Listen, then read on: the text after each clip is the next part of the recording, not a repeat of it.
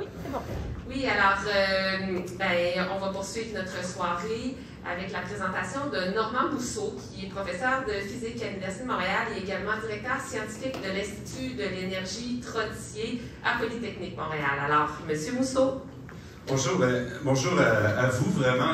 D'abord, bravo pour ce que vous faites. Je pense que comme citoyen, de s'engager comme ça, c'est vraiment exceptionnel parce que ça nous amène hors de notre zone de contrôle, de confort. Je suis aussi hors de ma zone de confort parce que je ne suis pas un spécialiste du tout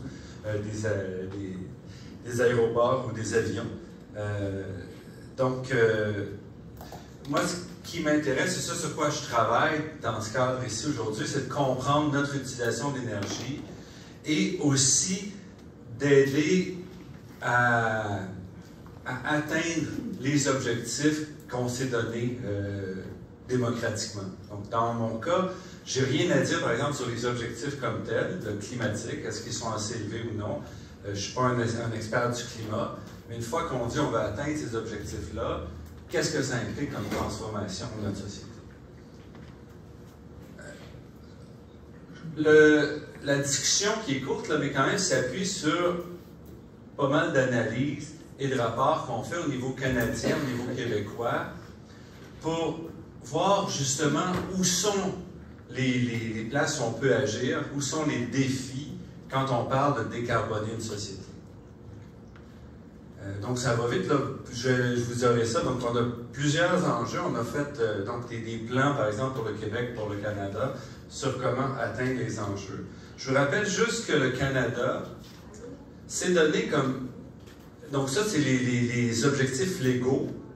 Le Canada, légalement, s'est donné comme objectif de réduire de 40 à 45% les émissions de gaz à effet de serre d'ici 2030. C'est par rapport à 2005, mais en gros, c'est comme on n'a pas bougé entre 2005 et aujourd'hui, à part un petit creux en 2020. En gros, c'est la même chose. On vise à réduire de 40 à 45% les émissions de gaz à effet de serre au Canada en 7 ans, à peu près. Et au niveau de 2050, on vise à atteindre la carboneutralité. Ça veut dire quoi, la carboneutralité? Ça veut dire que on va réduire nos émissions de gaz à effet de serre là où on peut, et dans des cas où on ne pourra pas, mais on va compenser ces émissions-là en faisant ce qu'on appelle du captage et séquestration. Ça peut être en faisant pousser des forêts ou en captant le CO2 à l'extérieur d'une usine, puis en enfouissant sous terre. Et le Québec, de son côté, s'est donné comme objectif de réduire de 37,5% les objectifs. Ça, ce sont les objectifs légaux adoptés par l'Assemblée nationale en 2016, de 37,5% par rapport à 90, qui est à peu près 32%, 30% par rapport à aujourd'hui, d'ici 2030. Et pour le moment, au Québec, on n'a aucun objectif légal pour 2050. Donc, les partis politiques ont en campagne électorale, ont chacun des projections qu'ils ont faites, mais légalement, il n'y a rien pour le Québec. Et de notre côté, le Québec fait partie du Canada, donc on est quand même aussi sous objectif d'atteindre 100% de réduction, si on veut, en 2050. Pourquoi, vous allez voir pourquoi je passe un peu par ça, parce qu'il y a un problème de cohérence, il y a un enjeu de cohérence dans nos décisions, puis dans les actions des différents acteurs sur le terrain. Donc, je ne voudrais pas refaire, ça fait beaucoup de chiffres, je vais juste montrer les chiffres canadiens. Au Canada, l'énergie représente 81% des émissions de gaz à effet de serre au Canada, donc émis par les humains. Donc le restant, c'est on émet à peu près 700 millions de tonnes de gaz à effet de serre au niveau canadien, à peu près 80 millions au niveau québécois.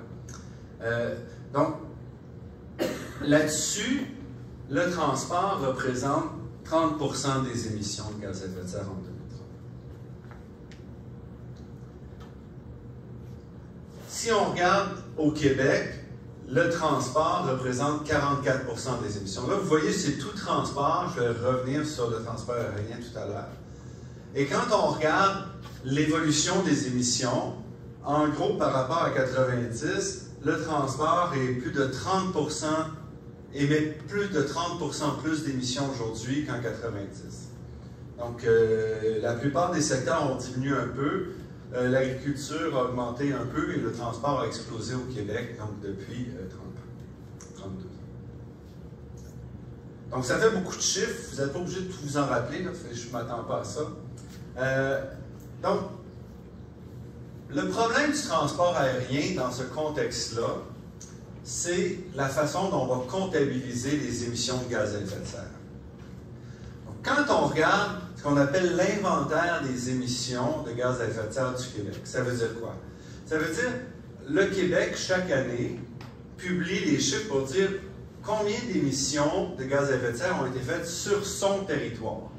Donc, selon l'accord de Paris, l'accord de Kyoto avant, on donne à un territoire les émissions qui sont faites sur son territoire. C'est-à-dire, si je me déplace en auto d'ici à Montréal, mes émissions sont comptées. Si je m'en vais à New York, en principe, c'est juste les émissions jusqu'à la frontière qui comptent. C'est difficile à calculer, mais donc on n'a pas les vrais chiffres. Dans le transport aérien, c'est la même chose. On va ne compter que les émissions qui sont faites pour les vols qui vont partir et arriver au Québec. Il faut que ce soit le même vol.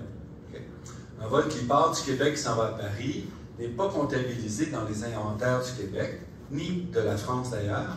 Donc, ils sont comptabilisés, ils appartiennent à aucun pays, ces émissions-là. Elles touchent la planète quand même, mais elles ne sont pas de responsabilité d'un pays en particulier, pour le moment. C'est pour ça, quand on regarde les émissions au Québec, on s'aperçoit que le transport aérien compte pour 2% des émissions de gaz à effet de serre liées au transport. Ça veut dire un peu moins de 1% des émissions totales du Québec, alors que le transport routier, c'est 79% des émissions du transport, donc à peu près 37% du Québec. Par contre, quand on regarde, et ça c'est tiré, donc ça c'est nos rapports à nous, ça c'est tiré d'État de l'énergie du Québec, de mon collègue Pierre-Olivier Pinault à HEC et Jean Whitmore.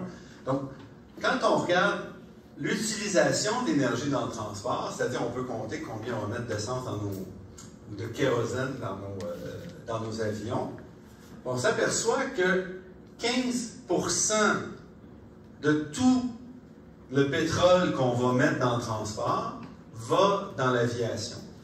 Et pourtant, on ne compte que 2% des émissions. En gros, ça devrait être 1 pour 1. Okay? Il y a un petit peu, c'est pas dépendant si c'est du diesel et autres, on a un peu d'émissions différentes, mais en gros, c'est 1 pour 1. Donc, on devrait avoir 15% du transport aérien dans les émissions. Et c'est en fait un enjeu qui va certainement évoluer au cours des prochaines années. Parce que pour le moment, on a réussi à garder le transport maritime qui sort de nos frontières. On ne compte pas les émissions. On ne compte pas les émissions du transport aérien. Pardon, mais il est certain qu'au cours des prochaines années, il va falloir en tenir compte quelque part et on va en tenir compte. Donc, c'est un peu là-dessus aussi qu'on va jouer quand on va regarder le rôle de réduire ou non les vols. Voici la situation. Maintenant, je vais revenir à l'objectif de carboneutralité pour 2050. Je vous dis qu'il est l'objectif national et qui est l'objectif de plusieurs autres pays dans le monde. Il n'y a pas que le Canada qui dit « je vais être à 0 émission en 2050 ». Il y a plusieurs pays, l'Europe, plusieurs pays sont dans cette école. Or, il est important de comprendre l'ampleur de la transformation de notre système énergétique, donc c'est-à-dire de tout notre système, pour arriver à atteindre ces objectifs-là. Si on pense qu'on veut vraiment les atteindre, ce sont des transformations d'une ampleur qu'on n'a jamais vue à une vitesse qu'on doit faire. On parle d'une transformation en moins de 30 ans d'une bonne partie de nos secteurs économiques, de nos façons de faire, de nos déplacements. Il reste 5 minutes. Il reste 5 minutes, parfait. Donc, c'est un défi majeur pour lequel on ne connaît pas vraiment complètement la façon de faire. On fait des modélisations et tout, on analyse. Je vais donc avancer un petit peu quand même, mais on ne comprend pas nécessairement l'ampleur. Une des choses dont parlait tout à l'heure M. Ibrahimi, par exemple, c'est qu'ailleurs dans le monde, il y a des pays qui prennent ça au sérieux et qui vont repenser leur relation à l'aviation, au vol, au transport en général, dans un contexte où on veut atteindre nos objectifs, on veut à tout le moins s'y attaquer. Donc, quelles sont les stratégies? Et c'est vraiment là-dessus qu'il faut venir. On en a parlé un peu tout à l'heure. Les stratégies pour atteindre les objectifs climatiques peuvent se faire par la réduction de la demande. Réduction de la demande, dans le cas de l'aviation, dans le cas du transport, c'est moins de transport. Okay? On a vu un peu les vidéos, les services vidéo, par exemple, on peut dire on va se déplacer localement, on va faire des transports moins longs, ou on va utiliser d'autres moyens de transport. Et on en parlait tout à l'heure. Donc, si on veut se déplacer à Québec, prendre l'avion, est-ce que c'est raisonnable ou non? Est-ce qu'on peut l'accepter ou non dans un contexte où il faut valoriser d'autres approches, ou à tout le moins penser des approches à plus faible impact environnemental? Ça peut être fait par des choix individuels. Le problème des choix individuels, c'est que ça a des limites. Okay? Normalement, on ne peut pas aller chercher 100%. Quand on veut vivre 100% de réduction, il y a des enjeux. Il faut changer les offres, les façons de faire. Et ça implique que les structures autour de nous changent et s'adaptent et développent des nouvelles stratégies. Donc, reprendre des stratégies du passé dans un contexte où il faut se transformer en profondeur, c'est pas gagnant, ça ne nous amène pas. Il faut changer les coûts. Il faut avoir des échelles de coûts qui vont nous amener aussi à faire des choix différents.